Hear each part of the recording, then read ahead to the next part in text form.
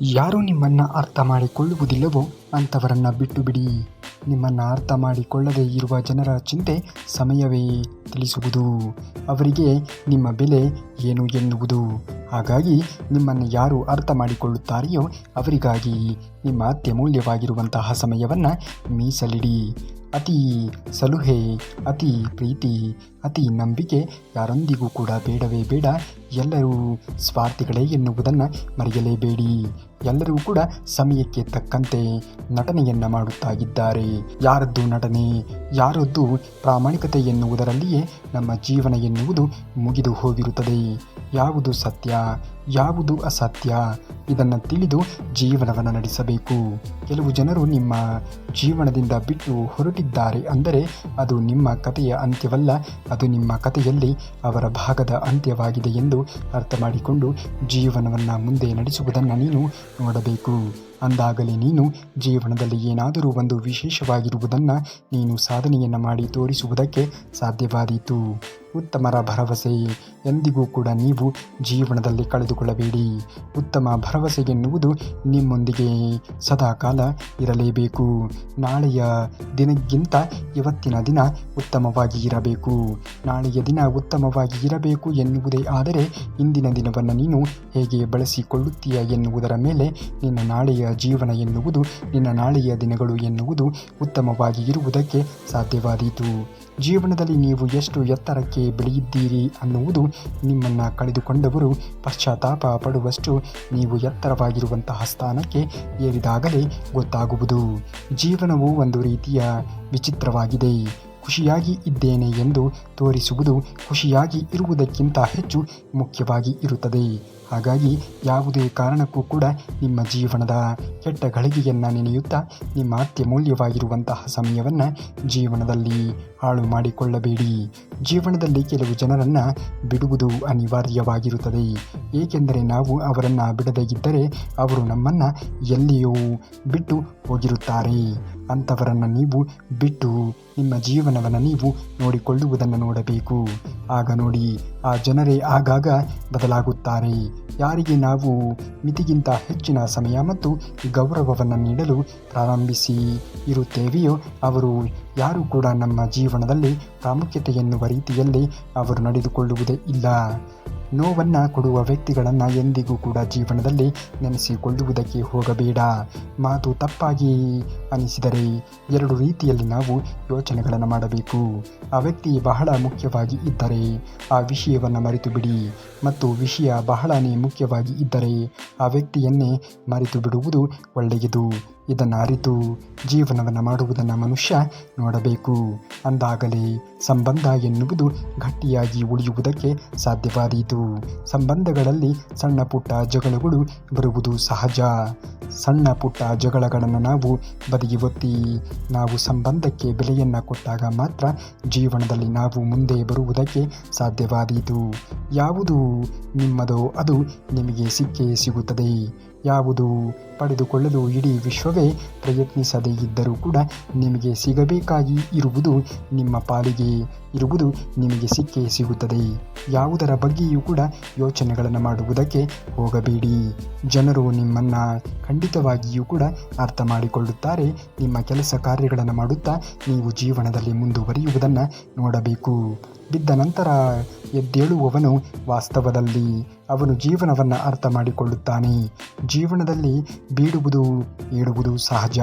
ಬಿದ್ದಾಗ ಮತ್ತೆ ಎದ್ದು ನಡೆಯಬಲ್ಲೆ ಎನ್ನುವಂತಹ ಆತ್ಮವಿಶ್ವಾಸ ನಿಮ್ಮಲ್ಲಿ ಇದ್ದಾಗ ಖಂಡಿತವಾಗಿಯೂ ಕೂಡ ನೀವು ಜೀವನದಲ್ಲಿ ಮುಂದುವರಿಯುತ್ತೀರಾ. ಕೆಲವು ಜನರು ನಿಮ್ಮನ್ನು ದ್ವೇಷಿಸುತ್ತಾರೆ, ಗೌರವಿಸುತ್ತಾರೆ, ಒಡೆದು ಹಾಕುತ್ತಾರೆ. ಆದರೂ ನೀವು ಎಷ್ಟು ಬಲಶಾಲಿಯಾಗಿ ನಿಲ್ಲುತ್ತೀರಾ ಎನ್ನುವುದು ನಿಜವಾಗಿಯೂ ಕೂಡ ಇರುತ್ತೀರಿ. ಜೀವನ ಎನ್ನುವುದೇ ಹಾಗೆ.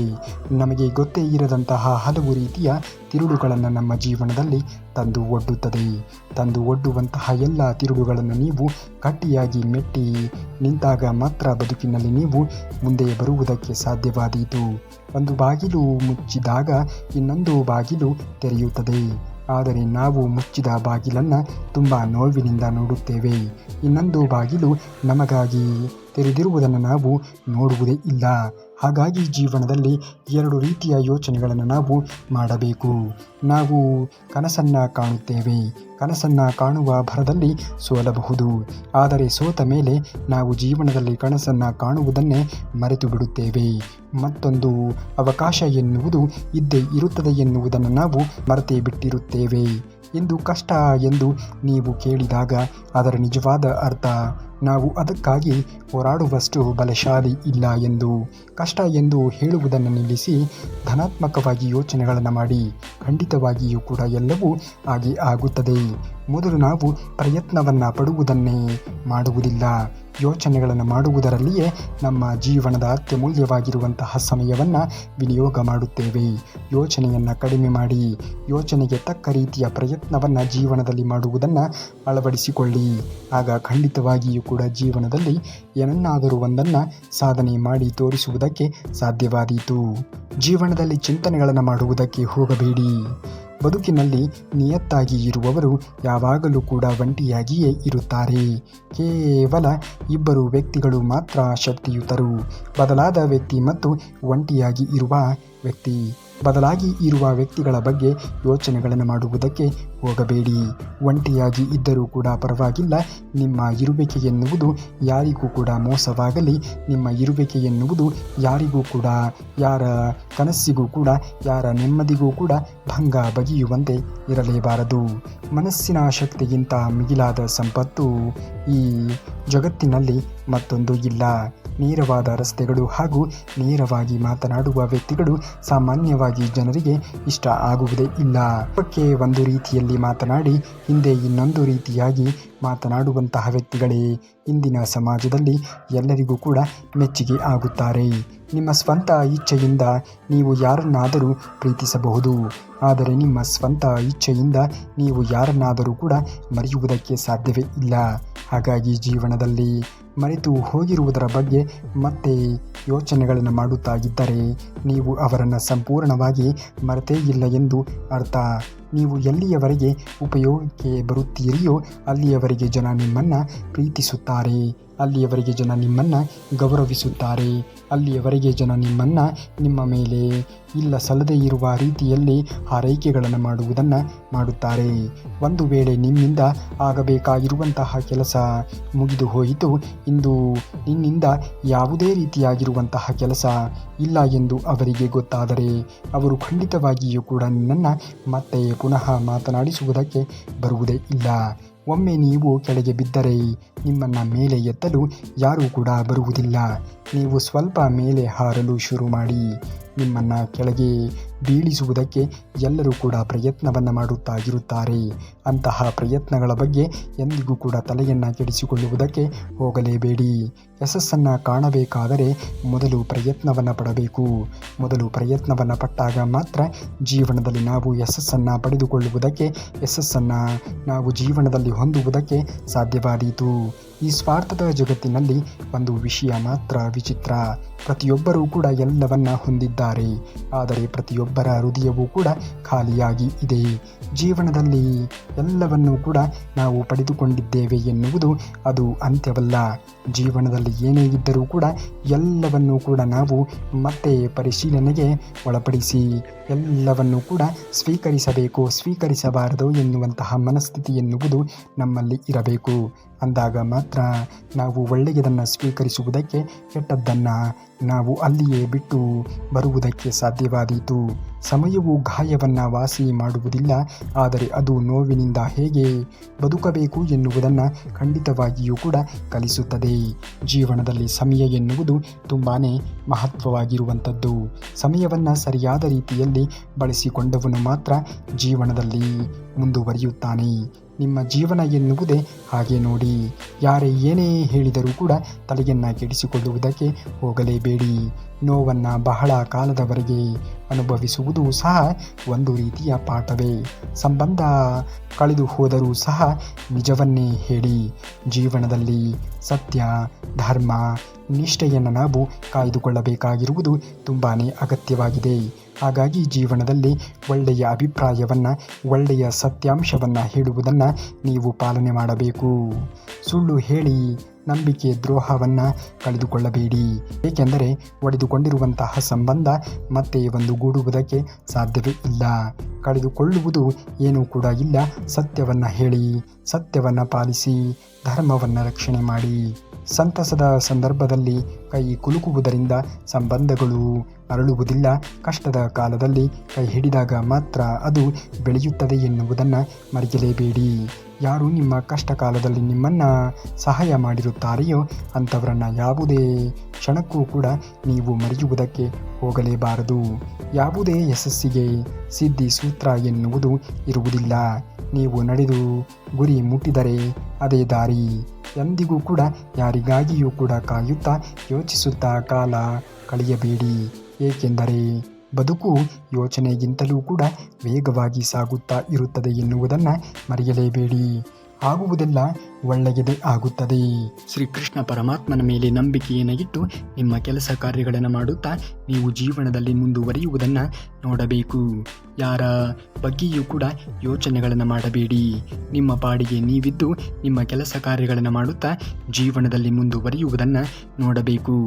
ಎಲ್ಲರೂ ಕೂಡ ನಮ್ಮವರಂತೆ ಕಾಣುತ್ತಾರೆ, ಆದರೆ ನಿಜವಾಗಿಯೂ ಕೂಡ ನಮ್ಮವರಾದವರು ನಮ್ಮ ನೋವುಗಳನ್ನು, ನಮ್ಮ ಈ ಸಂಕಟಗಳನ್ನು, ನಮ್ಮ ಈ ಯಶಸ್ಸನ್ನು ಎಲ್ಲದಕ್ಕೂ ಕೂಡ ಅವರು ಒಂದು ರೀತಿಯ ಪರಿಹಾರವನ್ನು ಹೇಳುವಂತಹ ಕೆಲಸವನ್ನು ಮಾಡುತ್ತಾರೆ.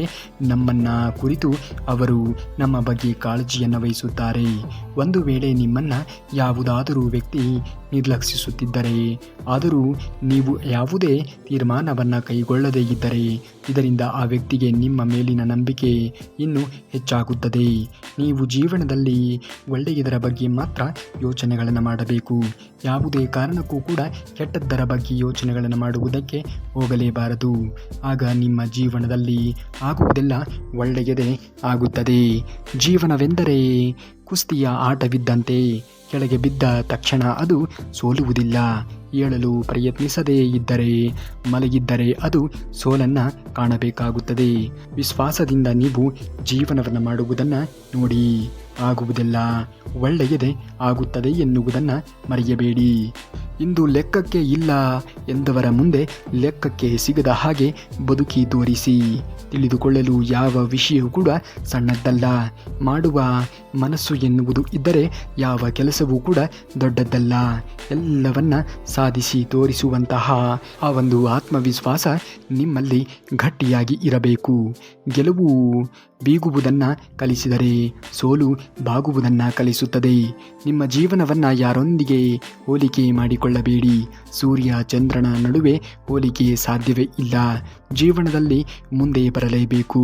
ಮುಂದೆ ನಿಮ್ಮ ಜೀವನವನ್ನು ನೀವು ರೂಪಿಸಿಕೊಂಡು 4 ಜನರಿಗೆ ಮಾದರಿಯ ಜೀವನವನ್ನು ನೀವು ನಡೆಸಬೇಕು ಅನ್ನುವುದೇ ಆದರೆ ಇಂದು ಶ್ರಮಪಡುವಂತಹ ಗುಣವನ್ನು ಮೈಗೂಡಿಸಿಕೊಳ್ಳಬೇಕಾಗಿರುವುದು ತುಂಬಾ ಅಗತ್ಯ ನೋಡಿ. ನೆನಪು ಎನ್ನುವುದು ನಿರ್ಜೀವ ವಸ್ತು ಇದ್ದಂತೆ. ಹೊತ್ತು ತಿರುಗಿದ್ದಷ್ಟು ಭಾರ. ಅವುಗಳನ್ನು ಸುಟ್ಟು ಬಿಡಬೇಕು. ಬೆಳಗಾಗಿದೆ ಅಂದರೆ ಹೊಸ ಪ್ರಯೋಗಕ್ಕೆ ಸಜ್ಜಾಗಿದ್ದೇವೆ ಎಂದು ಅರ್ಥ. ನಾವು ಜೀವನದಲ್ಲಿ ಹೊಸ ದಿನವನ್ನು ಸರಿಯಾದ ರೀತಿಯಲ್ಲಿ ಅರ್ಥ ಮಾಡಿಕೊಂಡು ಅದಕ್ಕೆ ಬೇಕಾಗಿರುವಂತಹ ಸಮಯವನ್ನು ವಿನಿಯೋಗ ಮಾಡಬೇಕು. ಪ್ರತಿದಿನವೂ ಕೂಡ ಹೊಸ ದಿನ ಎನ್ನುವ ರೀತಿಯಲ್ಲಿ ನೀವು ಅದನ್ನು ಸ್ವೀಕರಿಸಿಕೊಂಡಾಗ ಮಾತ್ರ ಬದುಕಿನಲ್ಲಿ ಏನಾದರೂ ಒಂದು ಸಾಧನೆಯನ್ನು ಮಾಡುವುದಕ್ಕೆ ಸಾಧ್ಯವಾದೀತು. ಯಶಸ್ವಿ ಆದರೆ ಖುಷಿ ಪಡಿ, ಸೋತರೆ ಮರುದಿನ ಹೊಸ ಪ್ರಯೋಗಕ್ಕೆ ಸಜ್ಜಾಗಿ ಅಷ್ಟೇ. ಶತ್ರುವನ್ನು ಕೂಡ ಮಿತ್ರನನ್ನಾಗಿ ಮಾಡುವಂತಹ ಶಕ್ತಿ ಇರುವುದು ಈ ಜಗತ್ತಿನಲ್ಲಿ ಒಂದೇ ಸಂಗತಿಗೆ, ಅದುವೇ ಪ್ರೀತಿ. ಪ್ರೀತಿಯಿಂದ ಮಾತನಾಡಿ, ಪ್ರೀತಿಯನ್ನು ಜಯಿಸಿ. ಯಾಕೆಂದರೆ ಮನುಷ್ಯ ಖಾಲಿ ಕೈಯಲ್ಲಿ ಬರುತ್ತಾನೆ, ಹೊರಟು ಹೋಗುವಾಗ ಖಾಲಿ ಕೈಯಲ್ಲಿ ಹೋಗುತ್ತಾನೆ. ನಾವು ಇರುವಷ್ಟು ದಿವಸಗಳ ಕಾಲ ಪ್ರೀತಿಯನ್ನು ಹಂಚಿ, ಪ್ರೀತಿಯನ್ನು ಪಡೆದುಕೊಂಡು ಹೋಗುವುದನ್ನು ನೋಡಬೇಕು.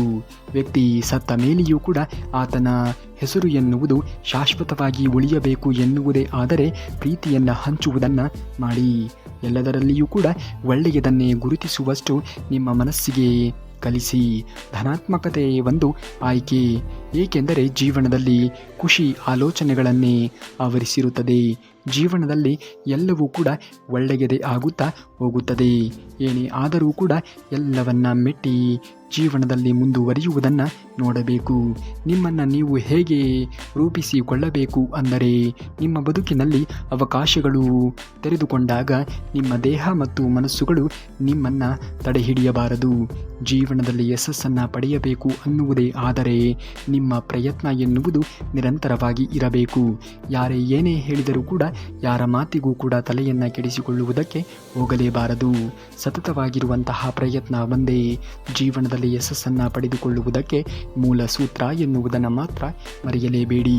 ಅನುಭವ ಇಲ್ಲದ ಜ್ಞಾನವು ನೀರು ಇಲ್ಲದ ಕೊಡ ಇದ್ದಂತೆ.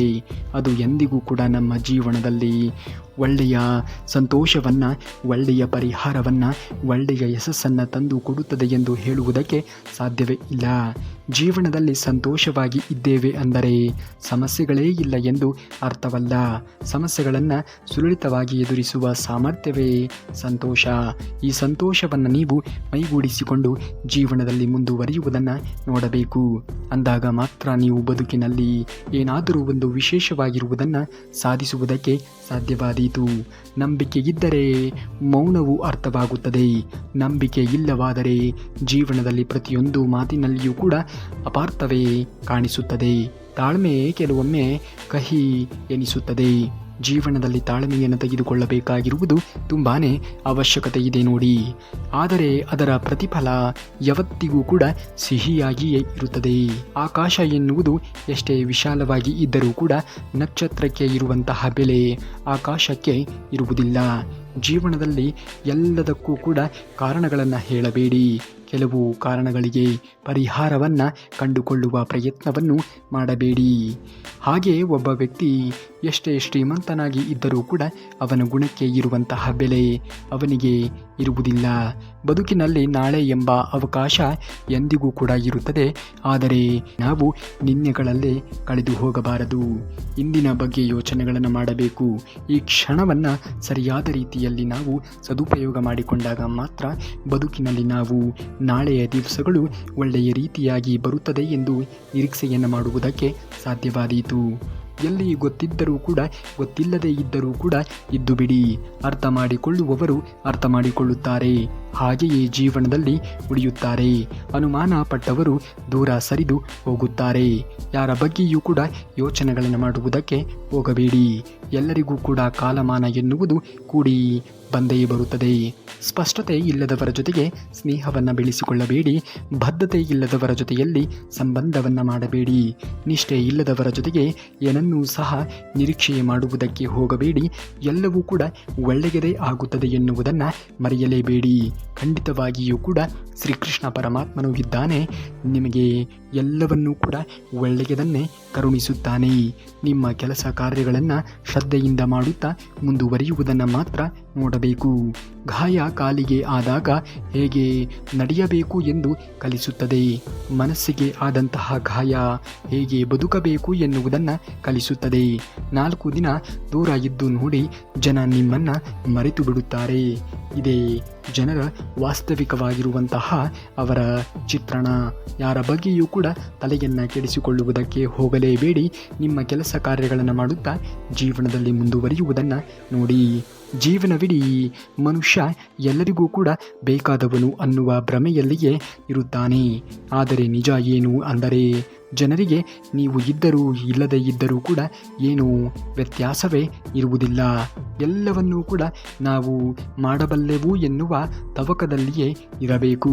ಖಂಡಿತವಾಗಿಯೂ ಕೂಡ ಏನನ್ನ ಬೇಕಾದರೂ ಕೂಡ ಮಾಡಬಲ್ಲೆ ಎನ್ನುವಂತಹ ಆತ್ಮವಿಶ್ವಾಸ ನಿಮ್ಮಲ್ಲಿ ಇದ್ದಾಗ ಖಂಡಿತವಾಗಿಯೂ ಕೂಡ ನೀವು ಜೀವನದಲ್ಲಿ ಯಶಸ್ಸನ್ನು ಕಂಡೇ ಕಾಣುತ್ತೀರಾ. ಆದರೆ ಪ್ರಯತ್ನ ಎನ್ನುವುದು ನಿರಂತರವಾಗಿ ಇರಬೇಕು. ನಮ್ಮ ನಿರಂತರವಾಗಿರುವಂತಹ ಪ್ರಯತ್ನ ಖಂಡಿತವಾಗಿಯೂ ಕೂಡ ಯಾವುದೋ ಒಂದು ರಂಗದಲ್ಲಿ ನಮ್ಮನ್ನು ಯಶಸ್ವಿಗೊಳ್ಳುವಂತೆ ಮಾಡುತ್ತದೆ. ನಿಮ್ಮ ಅವಶ್ಯಕತೆ ಇದ್ದಾಗ ಮಾತ್ರ ನಿಮ್ಮನ್ನು ನೆನಪಿಸಿಕೊಳ್ಳುತ್ತಾರೆ. ಅದಕ್ಕಾಗಿ ನೀವು ನಿಮಗೋಸ್ಕರ ಬದುಕುವುದನ್ನು ನೋಡಬೇಕು. ಯಾರಿಗೋಸ್ಕರವೂ ಕೂಡ ಯಾರನ್ನ ಮೆಚ್ಚಿಸುವುದಕ್ಕಾಗಿಯೂ ಕೂಡ ನೀವು ಬದುಕುವುದಕ್ಕೆ ಹೋಗಬಾರದು. ಸಂತೋಷ ಎನ್ನುವುದು ನೀವೇ ಮಾಡಿಕೊಳ್ಳುವಂತಹ ಒಂದು ಸೂತ್ರ ಇದ್ದಂತೆ. ಸಂತೋಷದ ಜೀವನವನ್ನು ನೀವು ಅಳವಡಿಸಿಕೊಂಡು ಜೀವನವನ್ನು ಮಾಡುವುದನ್ನು ನೋಡಬೇಕು. ಯಾರ ಬಗ್ಗೆಯೂ ಕೂಡ ಅತಿಯಾಗಿ ಯೋಚನೆಗಳನ್ನು ಮಾಡುವುದಕ್ಕೆ ಹೋಗಬೇಡಿ. ನಿಮ್ಮ ನೆಮ್ಮದಿ ಎನ್ನುವುದು ಹಾಳಾಗುವ ಅಷ್ಟು. ಜೀವನದಲ್ಲಿ ಸಮಯಕ್ಕೋಸ್ಕರ ನೀವು ಕಾಯಬೇಡಿ. ಇರುವ ಸಮಯವನ್ನೇ ಸರಿಯಾದ ರೀತಿಯಲ್ಲಿ ಸದುಪಯೋಗ ಮಾಡಿಕೊಳ್ಳುವುದನ್ನು ನೋಡಿ. ಆಗ ಆಗುವುದೆಲ್ಲ ಒಳ್ಳೆಯದೇ ಆಗುತ್ತದೆ. ನೀವೇನಾದರೂ ಶ್ರೀಕೃಷ್ಣ ಪರಮಾತ್ಮನ ಭಕ್ತರೇ ಆಗಿದ್ದರೆ ತಪ್ಪದೆ ಈ ವಿಡಿಯೋಗೆ ಒಂದು ಲೈಕನ್ನು ಮಾಡಿ. ಇನ್ನು ನಾಳೆ ಶ್ರೀಕೃಷ್ಣ ಪರಮಾತ್ಮನ ಮತ್ತಷ್ಟು ವಚನಾಮೃತದೊಂದಿಗೆ ನಿಮ್ಮ ಮುಂದೆ ಬರುವವರೆಗೂ ಧನ್ಯವಾದ. ಕರುನಾಡಿಗೆ.